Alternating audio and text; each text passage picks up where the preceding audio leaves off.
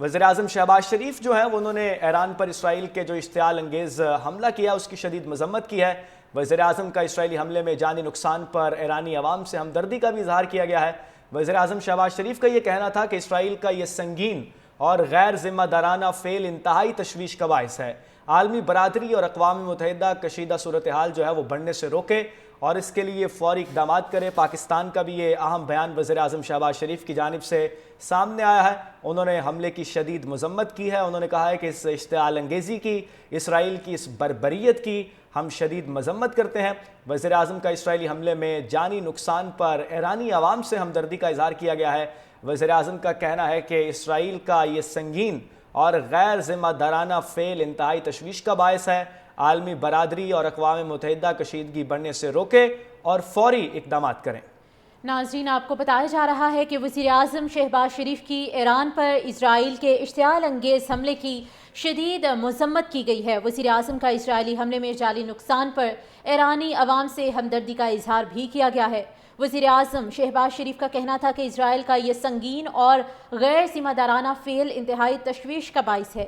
عالمی برادری اور اقوام متحدہ کشیدگی بڑھنے سے روکنے کے لیے فوری اقدامات کرے۔ وزیراعظم شہباز شریف سے پہلے نائب وزیر اعظم اسحاق ڈار کی جانب سے بھی یہ بیان سامنے آیا تھا کہ ہم ان حملوں کی شدید الفاظ میں مذمت کرتے ہیں اور اقوام متحدہ کو اس حوالے سے نوٹس لینا چاہیے۔ ہم امن کے دائیں ہیں، امن کے لیے بات کرنا چاہتے ہیں۔ اور اب وزیر اعظم شہباز شریف کی ایران پر اسرائیل کے اشتعال انگیز حملے کی شدید الفاظ میں مذمت کی گئی ہے۔ اور آپ کو صورتحال سے اپڈیٹ کریں کہ اسرائیل نے ایران پر فضائی حملہ کر کے جنگ چھیڑ دی ہے۔ دارالحکومت تہران سمیت مختلف شہروں میں 8 مقامات کو نشانہ بنایا گیا ہے۔ ایران کے آرمی چیف میجر جنرل محمد باقری بھی شہید ہو چکے ہیں۔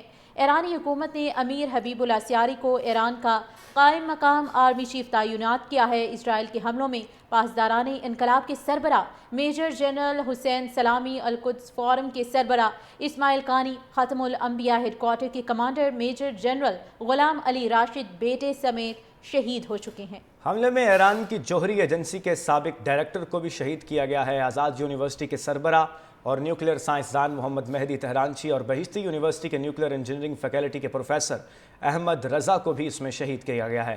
ایرانی سپریم لیڈر کے محافظ کمانڈر شمخانی اور ایروسپیس کے چیف عامر علی حاجی زادہ اس میں زخمی ہوئے ہیں۔ صہیونی فوج عہدیدار کے مطابق اسرائیل نے ایران میں جوہری اور فوجی اہداف کو نشانہ بنایا ہے۔ حملے کا پہلا مرحلہ مکمل کر لیا گیا ہے اور دوسرا مرحلہ جو ہے وہ جاری ہے۔ آپ کو مشرق وسطیٰ کی صورتحال کے حوالے سے اس وقت آگاہ کر رہے ہیں۔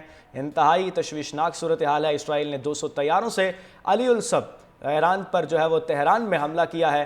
دارالحکومت تہران سمیت مختلف شہروں میں 8 مقامات کو نشانہ بنایا گیا ہے، جس میں جوہری تنصیبات کو نشانہ بنایا گیا، جو سائنسدان ہیں ان کو نشانہ بنایا گیا۔ بہت اہم شخصیات اس میں شہید ہوئی ہیں۔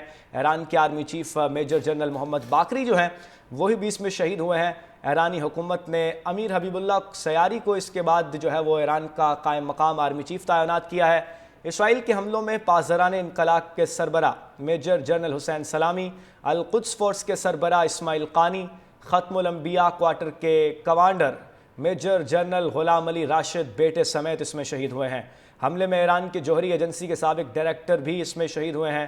اعزاز یونیورسٹی کے سربراہ اور نیوکلیئر سائنسدان محمد مہدی تہرانچی اور بہشتی یونیورسٹی کے نیوکلیئر انجینئرنگ فیکلٹی کے پروفیسر احمد رضا بھی اس میں شہید ہوئے ہیں۔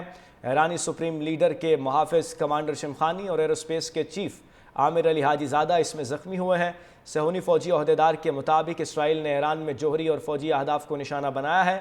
حملے کا پہلا مرحلہ مکمل ہو گیا ہے اور دوسرا مرحلہ جو ہے وہ جاری ہے۔ ایران نے اسرائیل پر جوابی حملہ کیا ہے۔ ایران نے 100 سے زائد ڈرونز کے ساتھ اسرائیل کے حملے کا جواب دیا ہے۔ اسرائیلی فوج نے اس بات کی تصدیق کر دی ہے۔ اسرائیلی فوج کا یہ کہنا ہے کہ اگلے چند گھنٹے ہمارے لیے بہت اہم ہوں گے۔ آپ کو اس حوالے سے بھی آگاہ کر رہے ہیں کہ ایران نے اسرائیل پر جوابی وار کیا ہے۔ جوابی حملے میں انہوں نے 100 سے زائد ڈرونز کے ساتھ نشانہ بنایا ہے۔ اسرائیلی فوج نے اس بات کی تصدیق کی ہے۔ اسرائیلی فوج کا کہنا ہے کہ اگلے چند گھنٹے ہمارے لیے بہت اہم ہوں گے۔